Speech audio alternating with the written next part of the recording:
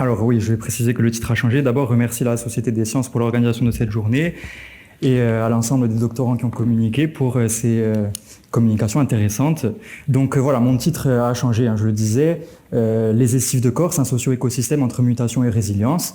Donc je suis doctorant en géographie à l'Université de Corse sous la direction du professeur Tony Fogacci et de la maître de conférence HDR, Caroline Tafagne.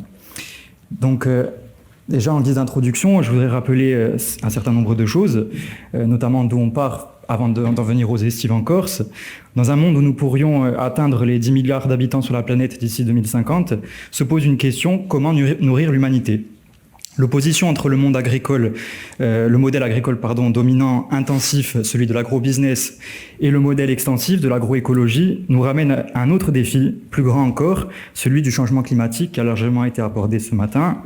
Si l'agriculture en est une des causes principales, la transition à une gestion des sols et des ressources plus soutenable pourrait permettre de répondre aux défis climatiques et écologiques en réduisant par la même occasion les inégalités entre pays du Nord et pays du Sud. L'expression célèbre « penser global, agir local » qui pourrait en constituer une solution, et celle-ci nous impose de changer d'échelle pour revenir cette fois en Corse et à nous interroger sur l'usage de nos propres espaces. Donc j'ai choisi d'aborder évidemment le pastoralisme puisque c'est le cadre de mes travaux de thèse. Donc pourquoi ? Parce que déjà la Corse est une société historiquement agro-pastorale qui a connu un déclin du pastoralisme à la fin du 19e avec la déprise rurale et la sédentarisation des éleveurs en plaine et aussi à cause de la mécanisation des pratiques agricoles. Donc déjà, rappeler la définition pour qu'on soit d'accord sur ce de quoi on parle. Le pastoralisme, je comprends le système d'élevage extensif sur prairies et parcours basé sur le prélèvement par les cheptels de la ressource spontanée. Et l'essive, donc, qui est l'espace privilégié, puisqu'en géographie on étudie les espaces, ce sont les espaces d'altitude privilégiés du pastoralisme, à plus de 800 mètres d'altitude, où pâturent les bêtes lors de la saison estivale. Donc quelques questions qui vont nous intéresser durant cette communication. Quels sont les changements qui s'opèrent sur les estives en Corse de nos jours, et quel modèle pour appréhender l'essive ? Donc j'aborderai d'abord les terrains d'études que j'ai choisis dans mes travaux de thèse, ensuite les mutations des estives qui se posent, donc notamment l'espace qui se referme, un espace devenu récréatif, un espace soumis au changement climatique et un espace entre protection et développement en fonction des politiques publiques choisies, l'approche socio-écosystémique comme modèle et enfin la résilience du pastoralisme pour évaluer la capacité d'adaptation à ces changements. Donc 3 terrains d'études, je le disais, le Courtinaise, le plateau du Couchon et le Falazorme, dont vous avez quelques photographies pour illustrer, donc de façon globale et avec notamment des bergeries ou des milieux. Pourquoi ces estives ? Eh bien, ce sont des territoires qui ont toujours été des territoires pastoraux, mais ce sont aussi des territoires qui connaissent une activité aujourd'hui pastorale, mais toutefois réduite, et qui comprennent aussi des activités connexes, donc une activité notamment touristique, donc des activités récréatives, et aussi donc les grands changements dont il sera question ici. Donc pour en venir à la première mutation, c'est la fermeture de l'espace. Un chiffre qui est important, c'est 40%. C'est l'évolution du taux de boisement en Corse de 1908 à 2021. Donc on voit que c'est un des territoires qui s'est le plus boisé à l'échelle nationale. D'ailleurs, la Corse du Sud figure parmi les 5 régions les plus boisées aujourd'hui, avec plus de 60% d'espaces boisés. Donc c'est la conséquence de la fermeture des milieux herbacés, l'avancement des ligneux, et conséquence finalement de l'arrêt de l'activité humaine. Parce que finalement, les espaces... Donc là, pour illustrer, avant de passer... j'illustre à travers une carte aérienne de l'IGN la fermeture du milieu. Donc à gauche, vous avez une cartographie des années 50-65 et à droite aujourd'hui, en 2019. Et on voit bien que le milieu était bien plus ouvert. Donc c'est en zone d'altitude, derrière le plateau d'Al, soit Corté, entre le Niolo et le Courtenay. On voit que les forêts étaient plus ouvertes, que les espaces herbacés, fruticés étaient plus nombreux. Donc on voit bien illustrer cette fermeture des milieux. Donc quelle est la cause de cette fermeture ? Eh bien, il faut en revenir à ce qu'est l'écologie. Donc notamment dans la dynamique de végétation, il y a ce qu'on appelle les successions écologiques primaires. Donc finalement un milieu herbacé, lorsqu'il ne subit plus de stress, là en l'occurrence le pastoralisme, un stress pour la végétation, donc le prélèvement par les troupeaux, eh bien se referme peu à peu. Donc il y a des plantes qui vont coloniser le milieu, prendre les nutriments, la lumière et empêcher certaines espèces de se développer, finalement pour arriver à un climax, c'est-à-dire le stade final, notamment la forêt. Donc là, ici 40-60 ans, mais ça peut aller jusqu'à 100-150 ans en fonction des milieux et des espèces. Donc c'est la conséquence de l'arrêt du pastoralisme. Et pour réouvrir un milieu, parce que c'est un processus à la fois naturel, avec des incendies parfois, mais aussi une conséquence des activités humaines, on peut réouvrir un milieu par le pâturage des bêtes. Donc, à noter aussi que le feu pastoral a longtemps été utilisé. C'était une pratique importante en Corse qui a été arrêtée parce que, eh bien, c'était considéré à un moment donné comme quelque chose de néfaste pour le milieu. On avait une vision très naturaliste de l'écosystème et donc c'était réservé aux techniques et le feu pastoral a été abandonné. Alors qu'aujourd'hui, on voit bien que face à cette fermeture, il y a un besoin aussi de réouvrir les milieux pour réinvestir les espaces. Avec notamment des objectifs aussi globaux d'autonomie alimentaire et de gestion de nos espaces. Donc voilà, là pour illustrer, donc c'est sur le plateau d'Als, donc voilà, des photos prises l'année dernière. Donc on voit que le milieu se referme, mais on voit aussi qu'il y a des mosaïques, donc prairies fruticées. Tout ça pour dire qu'en fait le pâturage des troupeaux, que permet-il? D'assurer l'ouverture des milieux, de maintenir la biodiversité et de lutter contre les incendies. Alors maintenir la biodiversité parce qu'on sait que la biodiversité floristique est plus importante dans des milieux ouverts et surtout dans des milieux où il y a des mosaïques, prairies fruticées comme c'est le cas sur les illustrations, parce qu'évidemment quand des espèces sont moins colonisatrices, eh bien, il n'y a plus d'espace pour d'autres espèces, donc amène plus de diversité floristique et donc diversité faunistique par la même occasion. Donc un espace devenu récréatif, et donc là je fais le choix du Couchonne pour illustrer ce phénomène, avec une cartographie pour montrer toutes les activités présentes sur les cives. Donc déjà quelques bergeries que vous pouvez voir sur la cartographie. Donc c'est pas exhaustif, il peut y en avoir d'autres, mais il y en a très peu, bon évidemment comparé à autrefois. Les traits, les lignes, ce sont les sentiers pédestres, donc qui appartiennent certains au PNRC, certaines à la communauté d'Altaroc et d'autres à la région. Donc aussi des activités d'hébergement et de restauration, de l'activité équestre, mais aussi de l'activité de chasse que j'ai pas pu illustrer. Voilà, plein d'activités,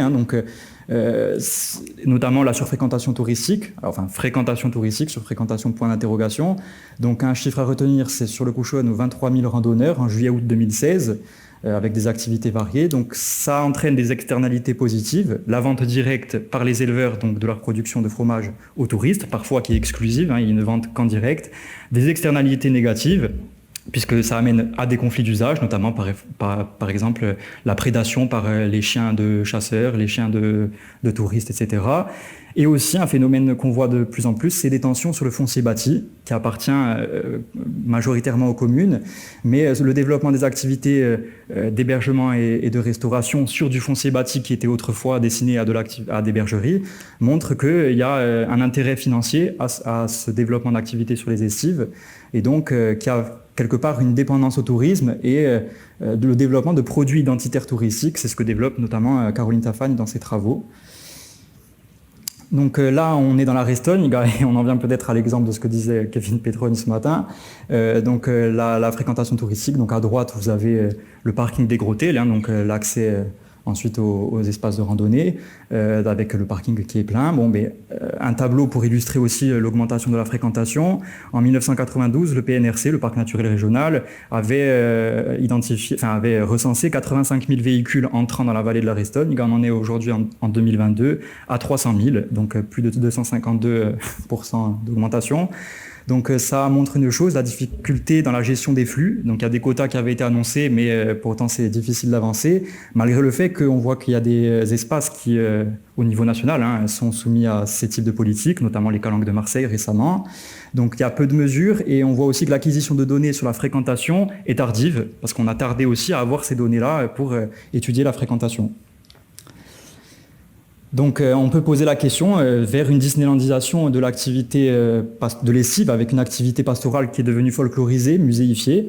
Donc là à gauche vous avez le Ipot, hein, donc à Basteliga, avec, on voit bien, de l'activité de randonnée, de l'activité équestre, le milieu naturel et au fond, les sentiers des troupeaux, les parcours des troupeaux. Donc on voit que c'est un espace complexe avec différentes activités qui cohabitent avec l'activité pastorale.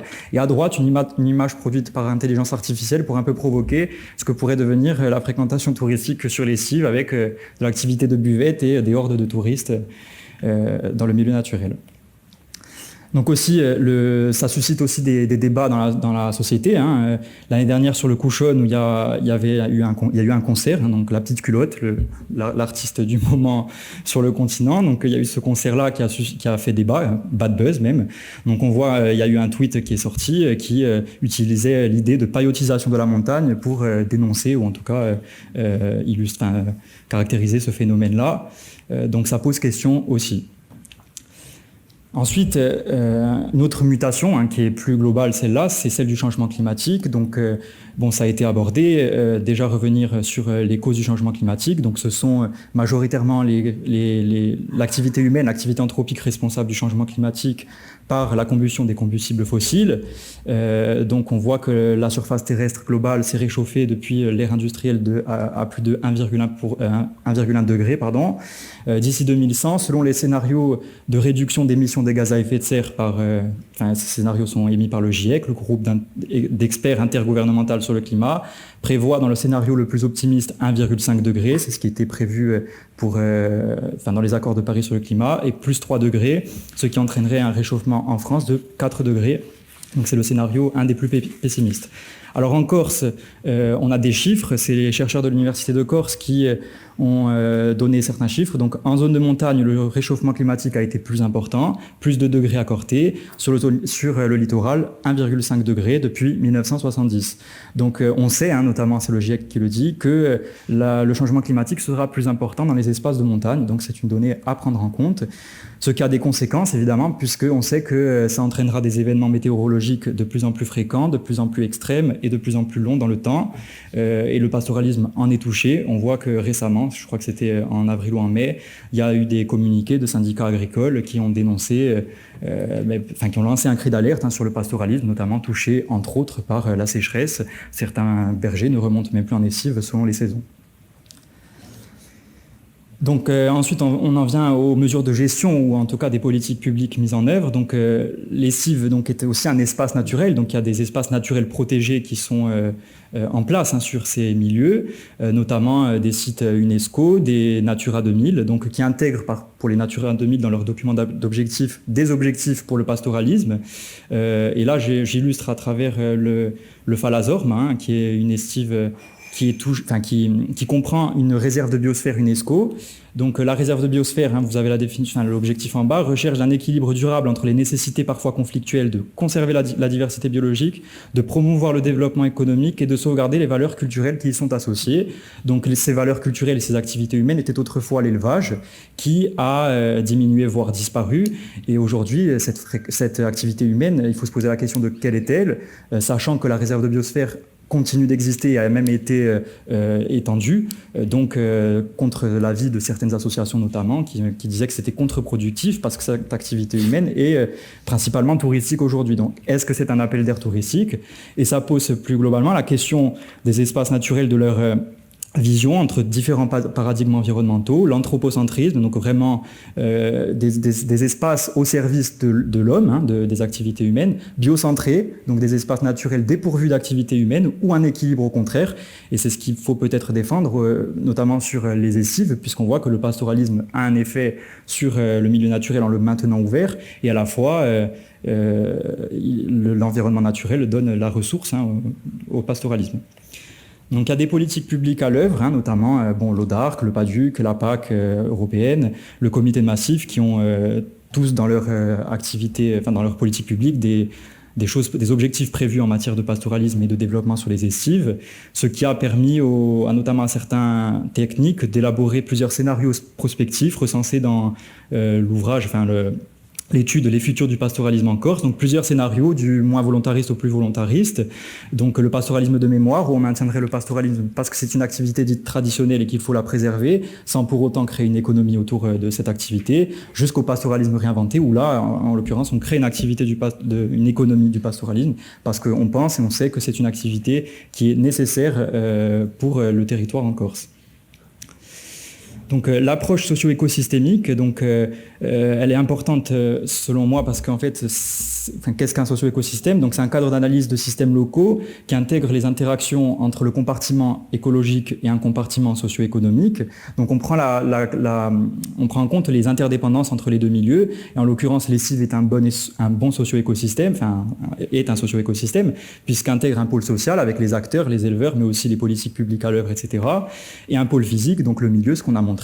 Et tout ça est en interdépendance puisque les éleveurs, par l'activité du pâturage, de pâturage des troupeaux, permet l'ouverture de milieux, lutte contre les incendies, maintien de la biodiversité, en échange de quoi le pôle physique, lui, fournit la ressource en eau, la ressource fourragère à l'activité pastorale. Donc on parle souvent d'agriculture multifonctionnelle qui répond à diverses fonctions, on peut parler de pastoralisme multifonctionnel qui répond à des fonctions sociales, économiques et environnementales.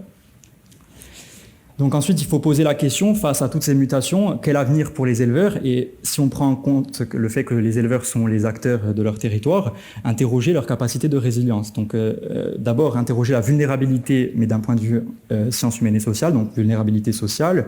C'est la résilience d'un groupe humain face à un risque, par la perception, l'expérience, etc. Et interroger ensuite la résilience sociale, la capacité des individus à faire face, à s'auto-organiser et à tirer des leçons, des expériences vécues de façon proactive, c'est-à-dire avant même le risque. Donc des questions persistent, et ce sera l'objet de futurs travaux, j'espère. Les éleveurs transhumants perçoivent-ils les mutations des espaces de montagne comme un risque pour leurs pratiques? À partir de leur vécu, sont-ils en capacité de faire preuve de résilience face au changement? Qui sont les décideurs sur les cives? Aussi une question.